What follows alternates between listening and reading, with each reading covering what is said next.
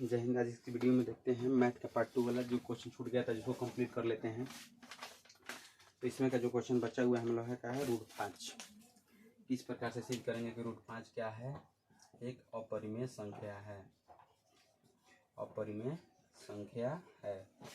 इसको सबसे पहले सिद्ध करने के लिए हम लोग क्या करेंगे, इसको सिद्ध करने से पहले हम लोग मानेंगे कि √5 क्या है?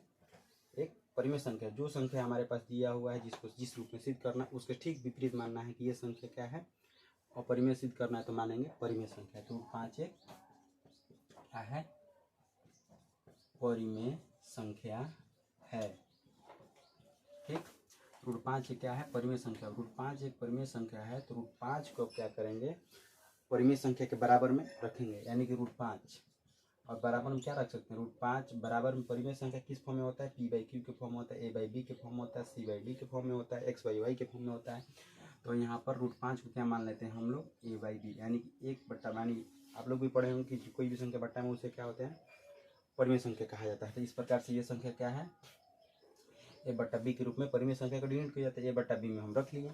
अब इसको क्या करेंगे? अब दोनों तरफ हम क्या कर देंगे? वर्ग कर देंगे। तो दोनों तरफ वर्ग करने पर, दोनों तरफ वर्ग कर देंगे तो √5 का वर्ग स्क्वायर बराबर 1/b के स्क्वायर कर दिए। तो √5 का स्क्वायर कर देंगे तो कितना हो जाएगा? √5 का स्क्वायर करेंगे, स्क्वायर से रूट खत्म, तो यानी बच गया 5, और a का स्क्वायर तो a और b के अपॉन में b स्क्वायर। इतना हो गया। इतना करने के बाद हम लोग क्या करेंगे कि अब इधर का स्क्वायर खत्म, तो a/b के रूप में परिमेय संख्या के, b हट के √5 तो भी परिमेय संख्या के रूप में आ गया। तो b को क्या करेंगे? इस साइड में गुणा करा देंगे। तो 5b स्क्वायर बराबर कितना हो जाएगा? a स्क्वायर हो गया। अब इस 5 को क्या करेंगे? इधर गुणा में है तो इधर भागा में इसको ला सकते हैं, क्योंकि इधर गुणा में होता है, इधर आने पर भाग में चल जाएगा। तो b स्क्वायर बराबर कितना हो जाएगा? a स्क्वायर अपॉन में 5 हो गया। तो अब क्या करेंगे? अब यहाँ से थोड़ा सा थ्योरी देखते हैं कि क्या यहाँ पर लिखा जाएगा। थोड़ा सा थ्योरी है, बस यहाँ पर एक चीज़ थोड़ा सा इतना ही लिखना है, यही सेम रूल आगे भी लिखना है। तो बस वहाँ पर सिर्फ संख्या पुट कर देना है, ऑटोमेटिक वही सारा रहेगा थ्योरी। यहाँ देख रहे हैं कि 5 जो है a स्क्वायर को डिवाइड कर, भाग कर रहा है, यानी विभाजित कर रहा है। कोई भी संख्या मान के चलिए 4/2, यहाँ क्या कहा जाता है कि 2 से 4 में भाग करना है। तो उसी प्रकार से क्या कर रहा है? 5 से a स्क्वायर में भाग हो रहा है। तो हम यहाँ लिखेंगे 5 a स्क्वायर को क्या कर रहा है? विभाजित कर रहा है, तो a को भी क्या करेगा? विभाजित करेगा, a को भी विभाजित करेगा। जब a स्क्वायर को कर रहा है तो a को विभाजित कर, मान के चलिए हम यहाँ पर a गुणे a इसको लिख देते हैं बट्टा में, a गुणे बट्टा में 5, ये 5 a को विभाजित करता, उस प्रकार से a क्या करेगा? 5 क्या करेगा? a को विभाजित करेगा। इतना करने के बाद हम क्या करेंगे? अब यहाँ पर थोड़ा सा चेंजेस लाते हैं। जिस प्रकार से लाइफ में थोड़ा चेंजेस होता है, उस प्रकार से इसमें भी थोड़ा सा चेंजेस करते हैं। अब a स्क्वायर में क्या करते हैं कि a स्क्वायर बराबर क्या रख लेते हैं हम? 5c। अब इसका मान चेंज कर सकते हैं, a का मान क्या करते हैं कि 5c रख लेते हैं। a का मान अब यहाँ पर हम क्या रखेंगे? 5c। तो a का मान 5c जब रखेंगे तो क्या हो जाएगा? b स्क्वायर बराबर 5c का स्क्वायर बटा में 5, ये हो जाएगा। तो b स्क्वायर जो कहते हैं, और 5c का स्क्वायर कितना हो जाएगा? 25c स्क्वायर बटा में 5। अब इस 5 से 25 को काट देंगे, कितना हो जाएगा? 5, यानी कि b स्क्वायर बराबर 5c स्क्वायर इतना हो गया। बटा में तो कुछ नहीं, बटा में तो खत्म। तो इसको क्या करेंगे? 5c इधर था तो इस साइड भेजेंगे। जिस प्रकार से यहाँ पर 5b इधर था तो इसको इस साइड में a स्क्वायर में डिवाइड कर देंगे। उस प्रकार c स्क्वायर की इस साइड है तो इस साइड में अब इसको भेज देंगे नीचे में।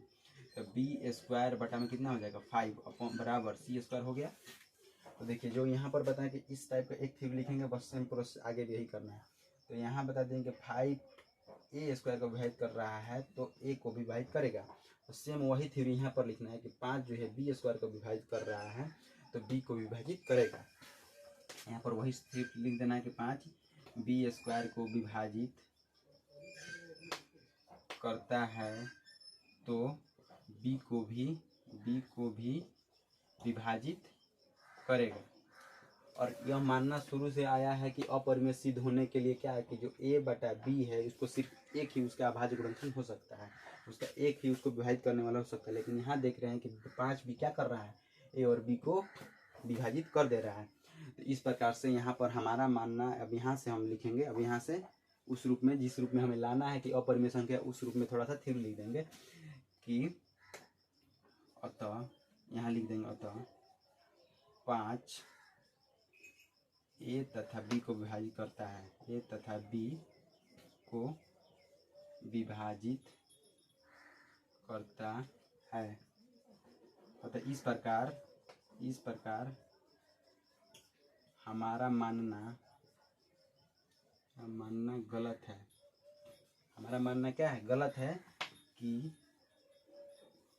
हमारा मानना गलत है कि √5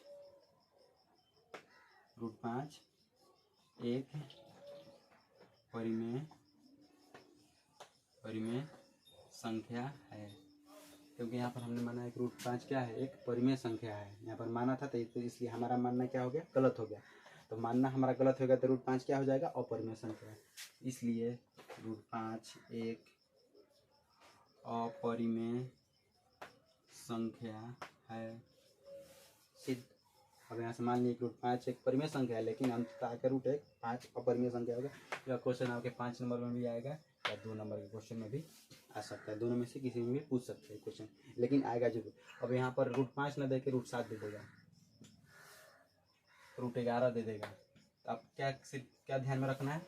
सबके साथ फॉर्मेलिटी वही करना है, सिर्फ संख्या बदल जाएगा तो संख्या बदलने से कोई प्रभाव पड़ने वाला है नहीं।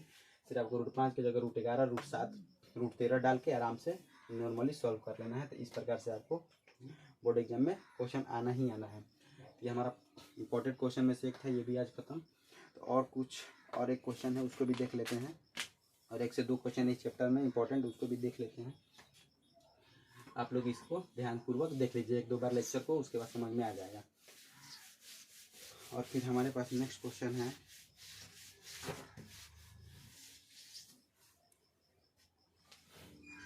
कोई भी संख्या मान के चलिए हमारे पास दिया हुआ है 140, मान के सपोज कीजिए 140 मेरे पास संख्या है, और मेरे पास दिया हुआ 20, एक संख्या 20 दिया हुआ है, और इन दोनों में बोला जा रहा है कि इन दोनों का अभाज्य गुणनखंड कीजिए। अभाज्य गुणनखंड करने के बाद क्या करिए? एलसीएम और एचसीएफ निकालिए। और एलसीएम और एचसीएफ निकालने के बाद क्या कीजिए कि पहली संख्या यानी कि इसको ए मान लेते हैं, इसको बी मान लेते हैं, तो ए गुणा बी अब बराबर कितना? एलसीएम गुणा एचसीएफ हमें प्रूव करके दिखाइए। उसके लिए सबसे पहले क्या कर लेंगे? पहले अभाज्य गुणनखंड करना है इसका। तो सबसे पहले 140 और 20 लिख लेंगे। 140 का अभाज्य गुणनखंड करेंगे। 140 का करेंगे तो पहले कैसे? इसमें 2 से डिवाइड करेंगे, यानी 2 से भागेंगे। छोटी संख्या से इसको पहले भाग करेंगे, तो 2 से भाग करेंगे। 140 का इस प्रकार से निकलता है, 140 हो गया, इसमें 2 से भाग, तो 70 दूनी 140, फिर 2 35, फिर 5 7 35। अब जो बाहरी वाला सब भाग है, अब बाहरी वाला जो भाग है इस सबको क्या करेंगे? इसका अभाज्य गुणनखंड हो गया, तो 2 गुणे 2 गुणे 5 गुणे 7, 2 दूनी 4 5 20 7 140 हो गया। अब 20 का है, तो 20 का इसी प्रकार से 2 दूनी 4 5 20, ये आ गया इसका अभाज्य गुणनखंड। अब इसका हमें एचसीएफ निकालना है। यहाँ एचसीएफ निकालिएगा तो जो इस चैप्टर में जितना एचसीएफ निकालना है सब आपको समझ में आएगा किस प्रकार से एचसीएफ निकाला जाता है। यहाँ पर एचसीएफ निकालना है तो देख लेंगे कौन कौन संख्या दोनों में सेम है। इसमें भी 2 है, इसमें भी 2 है, एक 2 मिल गया, एक साथ इसको कर देंगे, एक 2 मिल गया, एक साथ एक और जोड़ा मिल गया, 1 2 लिख देंगे, फिर गुणा का चिन्ह। एक और आगे बढ़े, फिर 1 2 मिल गया, फिर इधर भी 1 2 मिल गया, दोनों में बराबर है, फिर 1 2 लिख दिए। अब यहाँ बढ़े 5, यहाँ 5 मिल गया, यहाँ भी 5 मिल गया, इसको क्या लेंगे? फिर 5। अब यहाँ 7, अब यहाँ 7 नहीं मिला, 7 को नहीं लिखेंगे, 7 को नहीं लिखेंगे, क्योंकि जो संख्या हमारा मिल रहा है सिर्फ वही संख्या लिखते हैं कि हमारा क्या है? अभाज्य गुणनखंड है, एचसीएफ है, सॉरी। जो संख्या इसमें मिल रहा है वही संख्या सिर्फ लिखेंगे एचसीएफ निकालने के लिए। तो एचसीएफ अब बराबर कितना? हमारा एचसीएफ बराबर कितना हो जाएगा? एचसीएफ बराबर 2 दूनी 4, 4 बन गए 20, हमारा ये एचसीएफ। अब एलसीएम निकालने के लिए देखते हैं। एलसीएम निकालने के लिए क्या करेंगे? जो पहली संख्या जो भी जिसमें देखेंगे ज़्यादातर गुणनखंड हो, जिसका ज़्यादा बड़ा हो गुणनखंड, उसी का संख्या ज़्यादातर लिखा जाता है। लेकिन एक बार इसको समझते हैं। इसमें कितना बार दो, एक बार दो इसमें, एक बार दो इसमें, यानी कि 2 बार 2 इसमें भी है, 2 बार 2 इसमें भी है, तो 2 कितना बार लिखेंगे, 2 बार लिख लेंगे। अगर इसमें 3 बार 2 होता ना तो सबसे पहले 3 बार ही 2 लिख लेते हैं, 2 को छोड़ देते हैं 2 बार जिसमें है, यानी कि जो संख्या जिसमें सबसे ज़्यादा बार हो उसको ही लिख लेंगे, बाकी किसी को नहीं देखेंगे, उसको देखेंगे भी नहीं तो भी उसका आंसर आएगा। इसमें संख्या 2 बार 2 है तो 2 गुणे 2 लिख लीजिए। फिर 5 इसमें भी 1 है, इसमें भी 5 है, लिख लीजिए। अब 7 इसमें 7 नहीं है तो इससे मतलब नहीं है, 7 अगर इसमें है इसमें नहीं है तो कोई मतलब नहीं, हमको 7 लेना ही लेना है एलसीएम के रूप में। अब एलसीएम निकालना है तब 7 लेनी है। अब इसको गुणा करा देंगे, 2 दूनी 4, 4 पंजे 20, 20 सतह कितना है 140, 140 आ गया। ठीक, हमारा 140 आ गया। अब हमारे से क्या पूछा था कि ए गुणे बी, यानी इसको ए माने थे इसको बी, ए गुणे बी बराबर एलसीएम गुणे एचसीएफ निकालना है। तो हमारे पास एचसीएफ का मान कितना है, पहले ए लिख लेते हैं, ए का मान कितना है 140 गुणे बी का मान कितना 20 बराबर एलसीएम का मान कितना है 140 गुणे एचसीएफ का मान कितना 20, दोनों बराबर, दोनों को गुणा कराएंगे उतना ही आंसर आ जाएगा, जितना इसका आंसर आएगा उतना ही आंसर इसका भी आएगा, क्योंकि दोनों का संख्या सेम है, इसलिए इसका संख्या इसका संख्या इस प्रकार से हमारा क्या हुआ 140 20 का गुणनखंड भी निकल गया, इसका एचसीएफ भी निकल गया, एलसीएम भी निकल गया, और दोनों को बराबर करके प्रूव भी कर दिए। इस प्रकार से आपको क्वेश्चन आएगा ही आएगा। तो ये चलिए यहाँ पर इंपॉर्टेंट क्वेश्चन तो ये भी खत्म, और एक क्वेश्चन है इसको भी देख लेते हैं। इसमें और एक क्वेश्चन दिया हुआ है, ऑब्जेक्टिव टाइप में इस टाइप का क्वेश्चन आता है, इससे रिलेटेड दिया हुआ है 17/8, 15/40, और क्या है 6/15। अब इसमें क्या पूछेगा कि शांत अशांत बताना है। शांत अशांत बताने का मतलब है कि जो संख्या नीचे से भाग देने पर पूर्णतः कट जाता है, पूर्णतः विभाजित हो जाता है, उसका मतलब कि शेष वगैरह नहीं बचता है, तो वो क्या होता है शांत होता है। और जो संख्या का शांत न होने का कारण है कि जो उसका शेष वगैरह बच जाए तो वो क्या होता है अशांत होता है। लेकिन इसमें क्या हम लोग को करना है शांत अशांत की पहचान करना है, वो भी ट्रिक के माध्यम से किस प्रकार से शांत और अशांत को देख सकते हैं।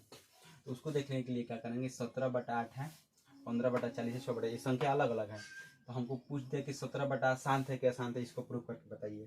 तो इसको बताने का क्या फॉर्मूला है कि 17/8 दिए तो इसको छेड़छाड़ नहीं करना, इसमें 17/8 को पहले लिख लेना है, और जिसमें नीचे वाला हर वाला पार्ट है, यानी कि हर क्या है 8, 8 में क्या करेंगे 8 को क्या करेंगे अभाज्य गुणनखंड करेंगे इसका पहले। तो आप 8 को क्या करेंगे अभाज्य गुणनखंड, तो 2 गुणे 2 गुणे 2, 2 दूनी 4, 4 दूनी 8, यानी कि जिसके नीचे में कोई भी संख्या दे उसका यदि अभाज्य गुणनखंड किया जाए, अगर उसका अभाज्य गुणन सिर्फ 2 2 आ जाए तो क्या हो जाएगा, ये शांत हो जाएगा। सिर्फ 2 2 आ जाए तो शांत हो जाएगा।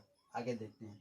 अब है नीचे में इसका 15/40 का क्या है, नीचे में 40 है, 40 का करते हैं 20 4 दूनी 8 पंजे 40। अब इसमें आ गया 5, तो 2 दूनी 4 दूनी 8 5 40। अब इसमें भी सिद्ध करते हैं, इसमें भी वही रूल फॉलो करेगा। अगर सिर्फ 2 2 आ गया तो क्या हो जाएगा शांत, अगर सिर्फ 2 2 2 और 5 भी आएगा तो भी क्या होगा शांत, यानी मैटर सिर्फ है 2 और 5 का, मैटर सिर्फ है 2 और 5। जिस किसी भी संख्या का यदि अभाज्य गुणनखंड किया जाए, अगर उसके अभाज्य गुणनखंड में 2 2 के अलावा 5 भी आ जाए तो भी शांत, सिर्फ 2 2 आ जाए तो भी शांत, सिर्फ 5 5 आ जाए तो भी शांत, और 2 5 दोनों साथ में आ जाए तो भी शांत, तीनों के परिस्थितियों में क्या होगा संख्या शांत होगा। अगर इसके अलावा अगर कोई दूसरा संख्या अगर 3 4 इसमें आ जाता है, 3 7 आ जाता है, तो ये क्या हो जाएगा संख्या अशांत हो जाएगा। इस प्रकार क्या होगा 40 क्या हो जाएगा हमारा शांत हो जाएगा, 40 बटा है तो 15/40 क्या हो जाएगा शांत हो जाएगा। इस टाइप के जितने भी प्रश्न आपके बोर्ड एग्जाम में आएंगे वो शांत अशांत के सिर्फ एक नंबर में ऑब्जेक्टिव के रूप में आएंगे, ये संख्या शांत है क्या शांत है। तो उसमें क्या करना है आप लोग को, संख्या का नीचे कुछ ज़्यादा कुछ करना है, नीचे वाला संख्या को अभाज्य गुणन करके कर लेना है कि 2 2 आ रहा है कि 5 5 आ रहा है कि 4 4 आ रहा है कि 2 5 दोनों आ रहा है। क्या क्या बताएं रूल कि सिर्फ 2 2 आ जाए, सिर्फ 2 2 आ जाए तो भी शांत, सिर्फ 5 आ जाए तो भी शांत, और 2 और 5 दोनों आ जाए तो भी शांत होगा। इस प्रकार से जितने भी आप लोग बोर्ड एग्जाम में प्रश्न आएंगे इस टाइप के सारे आप लोग को हम बन जाना चाहिए, क्योंकि इसमें शांत और अशांत सिर्फ करके आपका क्वेश्चन आएगा। और इसमें ज़्यादा जितना भी क्वेश्चन था लगभग बस यही इंपॉर्टेंट क्वेश्चन था, इसके अलावा और क्वेश्चन आने वाला है नहीं। जितना था बस